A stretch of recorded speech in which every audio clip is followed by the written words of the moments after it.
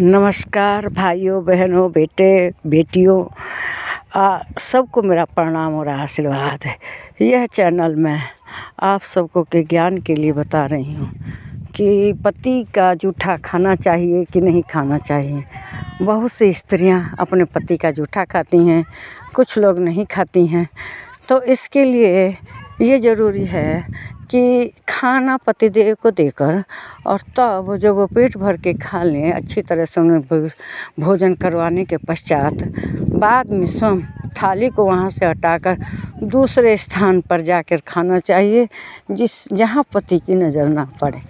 कि पहले की वृद्ध महिलाएं कैसा कहा करते थे कि पति का ऐसा नेचर होता है, खूब अच्छे अच्छे कपड़े महंगे महंगे ला देंगे, उन्हें अच्छा लगता है, खूब महंगे महंगे गहने बनवा देंगे, उन्हें अच्छा लगता है और बहुत खर्च करेंगे, घर द्वार पर सब चीज़ पर बहुत खर्च करेंगे।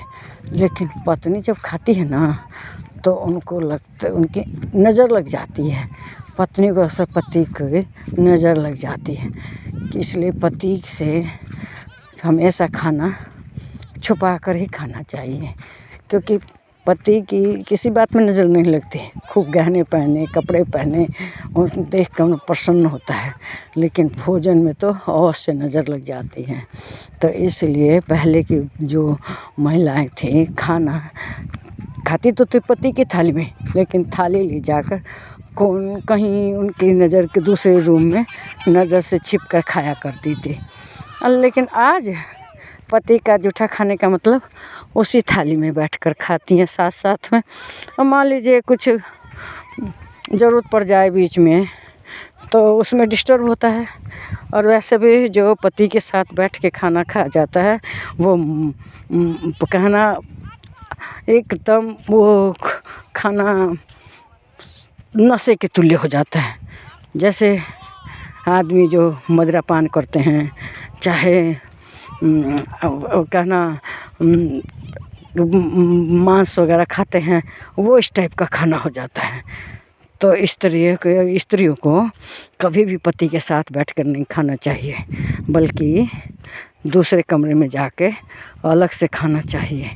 इससे शरीर स्वस्थ रहता है स्त्रियों का और उन्हें पुण्य भी लगता है। पति की थाली में खाना खाने से उन्हें ऐसा पुण्य लगता है जैसे सभी तीर्थों का फल उनको उस थाली में खाने से मिल गया। इसलिए हर स्त्री को इस अवसर को चूकना नहीं चाहिए। जब मौका मिले पति की थाली लेकर उसको दूसरे जगह ले जाकर और बैठकर आराम से भोजन करना चाहिए। अब पति लोगों को भी चाहिए कि ये नहीं कि थाली पूरी साफ़ कर दी, अरे कुछ तो उसमें छोड़ दीजिए, सब्जी थोड़ी छोड़ दीजिए, रोटी पराठा है वो थोड़ा सा छोड़ दीजिए आधा, चाहे चावल है वो थोड़ा सा छोड़ दीजिए, दाल, जिससे कि पत्नी उसमें फिर से लेकर और बढ़िया से भोजन कर सके। कभी कभी तो हमारे ही घर एकदम थाली ऐसी साफ़ कर देंगे ना कि अब हमारा मन करेगा ऐसे साफ़ करके रख देने में ही भलाई है। तो पतियों को भी चाहिए कि अपनी पत्नी के लिए कुछ ना कुछ, देखिए ये तो पति पत्नी की बात हुई, लेकिन हम लोगों के यहाँ गुरु परंपरा में ऐसा है कि जिस खानदान से जहाँ से जो गुरुमुख था जिसका परिवार, उन्हीं से गुरुमुख होते हैं। और हमारे जो शिष्य लोग हैं उन लोगों की कामना रहती है कि गुरुजी खाना खाएं तो छोड़ते ज़रूर। अब मान लीजिए किसी के दिमाग में नहीं रहा तो वो आके याद दिला देते हैं कि गुरुजी कुछ खाना छोड़ दीजिएगा, हमें भी खाना है आपकी थाली में। तो इसलिए देखिए जूठे खाने का भी एक अलग महत्व है। पति का जूठा, गुरु का जूठा हुआ वो एक तरह का प्रसाद हो जाता है और उसमें खाना करने से जैसे तीर्थों में भोजन करने का पुण्य मिलता है, ऐसा पुण्य मिलता है। तो इसको किसी दूसरे विचार से नहीं लेना चाहिए। इसे एक सामान्य पर कंपल्सरी ज़रूरी भी नहीं है कि आवश्यक है आपके लिए, लेकिन जिसका मन माने, श्रद्धा है, भक्ति अपने पति में, गुरु में, वह ऐसा करे। लेकिन इस तरह का तो गुरु पति देवता ही सब कुछ पति ही होता है, इसलिए उन लोगों को अपने पति की ही थाली में खा लेने से सारे जहान का पुण्य मिल जाता है। तो कहते हैं कि पत्नी जो साथ में बैठ के खाती है साथ साथ, वो तो मदिरा समान, नशे के समान हो जाता है।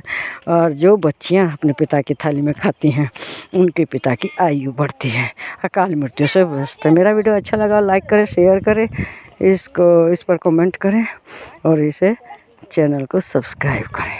नमस्कार।